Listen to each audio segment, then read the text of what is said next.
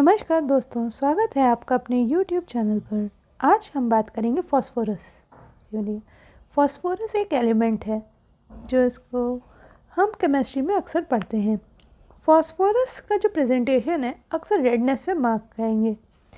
चलिए देखते हैं फॉस्फोरस के लोग कैसे होते हैं। फॉस्फोरस के लोग दिखने में बहुत ही दुबले पतले लंबे से और बहुत ही सुंदर होते हैं। उनकी काफ़ी लंबी फिर उंगलियां होती हैं, आई लैशेस भी बहुत लंबे होते हैं, सारे फीचर्स बहुत ही ज़्यादा पॉइंटेड होते हैं। और अगर आप उनके बालों को देखें तो कहीं ना कहीं उसमें रेड एसेंस मिलेगा। चलिए देखते हैं कि फॉस्फोरस का थीम क्या कहता है। फॉस्फोरस का थीम कहता है he must be sensitive to the feelings of others to win their affection, caring for others. मतलब कि जो हमारा फॉस्फोरस है वो दूसरों से बहुत ही लगाव रखता है, बहुत ही उनका ध्यान रखता है। और उसे ऐसा क्यों करना होता है ये जानने की ज़रूरत है। उसे ऐसा ये लगता है कि कोई भी उसका ध्यान नहीं रखता या उसको वो प्यार नहीं मिल पाता, इसलिए उसे लगता है कि अगर वो सामने वाले को प्यार करेगा तो वो वापस में बराबर ही उसको प्यार देगा। इसलिए वो इस प्यार की खोज में अपने घर परिवार से लेकर बाहर जो भी अनजान व्यक्ति है उससे भी करने लगते हैं। उनको ये लगता है कि जितना मैं प्यार करूँगी वो उतना ही वो दुगना होकर मुझे वापस मिलेगा। अब हम देखते हैं फीलिंग्स। ये बहुत ही सेंसिटिव होते हैं किसी के इमोशंस के लिए। अगर सामने वाले को गुस्सा आ रहा है तो वो बहुत ज़्यादा परेशान होता है। अगर सामने वाला किसी से घृणा कर रहा है तो वो उस घृणा को फील कर सकते हैं। किसी को अगर खुशी हो रही है तो उसकी खुशी को समझ सकते हैं। किसी को डर लग रहा है तो वो उसके डर को समझ सकते हैं। मतलब कहे तो कि वो बहुत ही एम्पैथेटिक होते हैं। एक होता है सिंपैथेटिक और एक होता है एम्पैथेटिक। एम्पैथेटिक मतलब जो सामने वाला व्यक्ति महसूस कर रहा है बिल्कुल वैसा ही दूसरा व्यक्ति भी महसूस करे। और सिंपैथेटिक होता है कि सामने के प्रति क्या महसूस कर रहा है।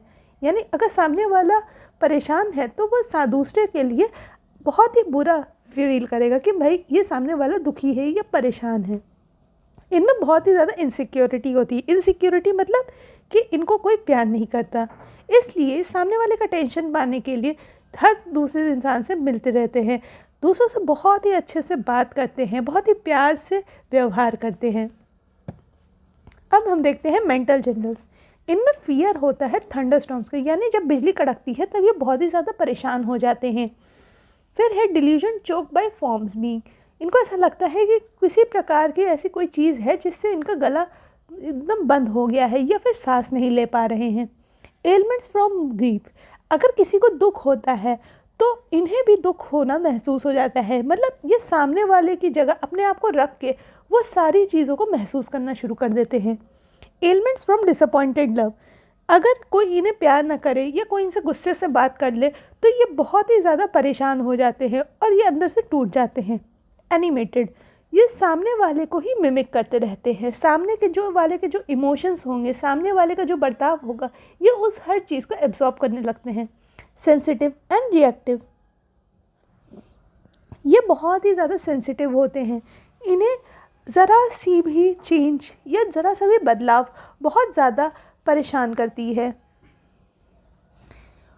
ये बहुत ही ज़्यादा इमोशनल होते हैं, लविंग, अफेक्शनेट और सिंपैथेटिक होते हैं। मतलब ये दूसरों के प्रति बहुत ही ज़्यादा करुणा रखते हैं। इन्हें इतना ज़्यादा किसी सामने वाले के लिए वात्सल्य होता है, प्रेम होता है कि जिसको ये बयां भी नहीं कर सकते। इनकी एक एक बोलचाल में, इनके एक एक काम करने के तरीके में हमें ये सब देखने को मिलता है। ये हर एक मोमेंट के लिए बहुत ही एक्साइटेड होते हैं। कोई भी नया व्यक्ति क्यों ना हो, ये उसको आने पर उसका बहुत अच्छे से स्वागत करते हैं और बिल्कुल उसे एक अपना ही हिस्सा समझकर उससे व्यवहार करने लगते हैं। Anxious and क्लेयरवॉयंस। अगर सामने वाले को कोई भी दुख या तकलीफ़ या कोई भी हेल्थ कंप्लेंट होती है और जो परेशानी सामने वाले को हो रही होती है, ये उससे पहले ही खुद महसूस करना शुरू कर देते हैं और इसी चीज़ों को लेकर ये बहुत बेचैन होने लगते हैं। इंटेलेक्चुअल स्फीयर पे देखते हैं कि ये होते कैसे हैं, मतलब इनका माइंड कैसे काम करता है। जब ये हेल्दी स्टेट में होते हैं तो इनकी जो एक्टिविटी होती है बहुत ही ज़्यादा इंक्रीज होती है। ये तरह तरह के आइडियाज़ लाते हैं। इनका माइंड बहुत क्लियर होता है कि इन्हें क्या करना है, कैसे बात करनी है, कैसे रहना है, हर चीज़ें। इनकी मेमोरी बहुत ही ज़्यादा एक्टिव रहती है कि इन्हें पता है कि ये अभी अच्छे से हैं और सामने वाले के साथ कैसे रहना है और कैसे कैसे अपने पूरे दिन को बिताना है, ये सब जानते हैं। इन्हें पता है कि इनका मेन फोकस या इनका काम क्या है, और इनके जितने भी सेंसेस हैं वो बहुत ही शार्प होते हैं कि अगर हमारे उनके एनवायरनमेंट में ज़रा सा भी कोई चेंज आ रहा है तो वो उसे तुरंत अडेप्ट करके, उसे सेंस करके उसके अगेंस्ट काम कर लेते हैं, या फिर बोले तो कि उसके फॉर में क्या करना है वो भी ध्यान रखते हैं। अब यही बात हम करते हैं कोलैप्स स्टेट में। अगर इनको रिजेक्शन मिल जाए तब ये कैसे चेंज होते हैं। इनमें आ जाता है इंडिफरेंस। इंडिफरेंस मतलब ये सामने वाले से जो भी प्रतिक्रिया होती है उस पर कुछ भी बोलना मतलब मुनासिब नहीं समझते हैं, और हर चीज़ से बिल्कुल दूर हो जाते हैं। डेफिशिएंसी ऑफ आइडियाज़, अब इन्हें ये नहीं समझ आता है कि इन्हें करना क्या है। ये कई चीज़ें भूलने भी लगते हैं और सामने वाले को कोई रिस्पॉन्स देना बंद कर देते हैं। इस तरह पर इनका जो सेंसेस जो कि पहले बहुत ज़्यादा एक्टिव थे, अब वो भी बहुत डल हो चुके हैं। इन्हें कोई फ़र्क नहीं पड़ता कि उनके अगल बगल क्या बदलाव आ रहे हैं। अब हम बात करते हैं ट्यूबरकुलर माइज़म। हमारी जो फॉस्फोरस है वो ट्यूबरकुलर माइज़म में होती है। इसमें यहाँ पे आपको पेशेंट में ट्यूबरकुलोसिस जिसमें होता है वो भी दे सकते हैं। क्यों? क्योंकि इसमें हाई एनर्जी, एमासिएशन और वीकनेस होती है। जैसे ट्यूबरकुलर में जो माइज़म है उसमें बहुत ज़्यादा जो पेशेंट होता है वो बहुत ही ज़्यादा एक्टिव होता है, मतलब बहुत ही उछल कूद होता है, ये बहुत ही ज़्यादा सोशल होता है। ये तो बोल रहे हैं तो सोशलाइज होने के लिए उसकी एनर्जी को बहुत ज़्यादा होना चाहिए, पर ये बहुत ही जल्दी अगर रिजेक्शन मिलता है तो बहुत ही जल्दी मुरझा जाते हैं, मैशेट कर जाते हैं, और इनमें इतनी ज़्यादा वीकनेस आ जाती है कि ये हाई एनर्जी से कब देखा जाए तो पूरी बॉडी का वेट लूज़ कर देते हैं और इनका शरीर कहीं भी खोखला हो जाता है। इसलिए इनकी जो डिसीज़ेज़ होती हैं वो भी ऐसे डिस्ट्रक्टिव ही होती हैं जो इनको एकदम खोखला कर देती हैं।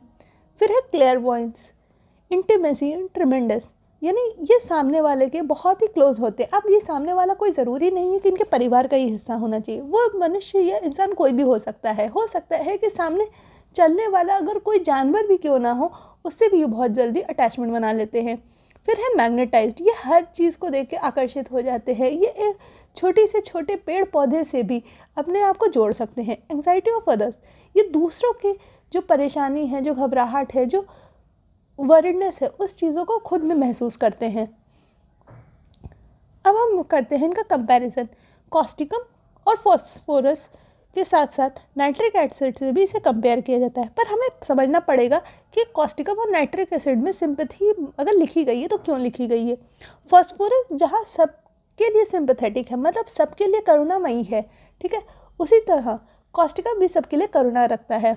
पर अब जो कॉस्टिकम का जो करुणा है, जो कॉस्टिकम की सिंपैथी है, वो दूसरे के प्रति होती है। मतलब अगर कोई दुख में है या कोई परेशान है तो वो उसके लिए दुखी हो रहा है, क्योंकि कॉस्टिकम हमेशा कहता है कि वो जस्टिस की तरफ जाता है, उसको न्याय चाहिए, तो वो हमेशा सीधे बोलता है I will sue you in court, मतलब मैं तुम्हें कोर्ट में देख लूँगा, ठीक है। तो अगर उसके सामने कहीं भी अन्याय हो रहा है तो वो उस जिसके साथ अन्याय हो रहा है उस इंसान के लिए वो संवेदनशील है और बहुत बुरा, मतलब पिटी करेगा, उसे बुरा लगेगा। वहीं फॉस्फोरस है वो सबके लिए है, वो हर किसी के लिए पिटी करेगा। सामने वाला अगर दुख या मुसीबत में है और उस समय उस पर जो बीत रही है वो उस चीज़ को अपने ऊपर बीतता हुआ महसूस करेगा। वहीं नाइट्रिक एसिड में हमें कंडीशनली सिंपैथेटिक चीज़ मिलेगी।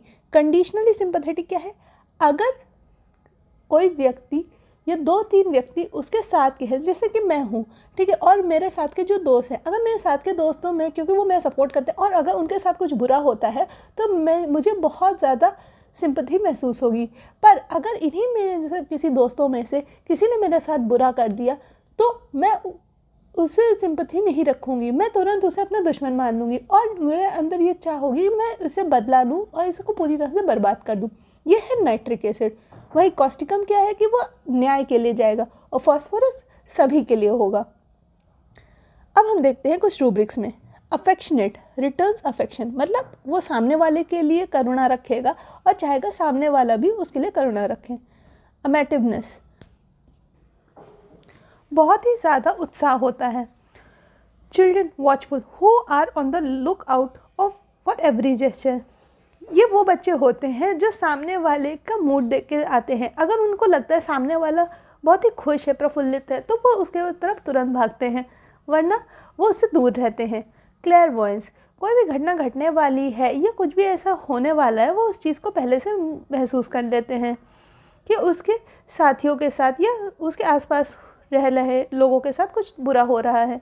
डिल्यूजन, जो फॉर्म्स बीइंग, कुछ भी इनके फंस जाना। Delusion, island is on the distant, इन्हें ऐसा लगता है कि ये किसी बहुत ही दूर दराज के द्वीप पर हैं जहाँ पे कोई भी आ जा नहीं सकता। इसके लिए वो बहुत इनसिक्योर फील करते हैं, तभी ये अक्सर लोगों के साथ रहना पसंद करते हैं।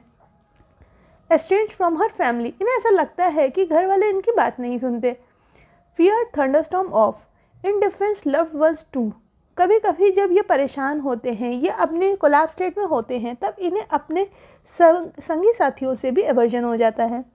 Apatite increase during fever, desires ice cream, growth too fast, जो फॉस्फोरस जैसे लोग होते हैं वो बहुत ही जल्दी बड़े हो जाते हैं मतलब इनमें जो स्केलेटल ग्रोथ होती है वो बहुत है, क्योंकि आपको पता होगा फॉस्फोरस हमारे स्केलेटल सिस्टम का ही एक कंपोनेंट है। आज की हमारी वीडियो यहीं पर समाप्त होती है। हमारी वीडियो को लाइक करें, शेयर करें और हमारे चैनल को सब्सक्राइब करें। धन्यवाद।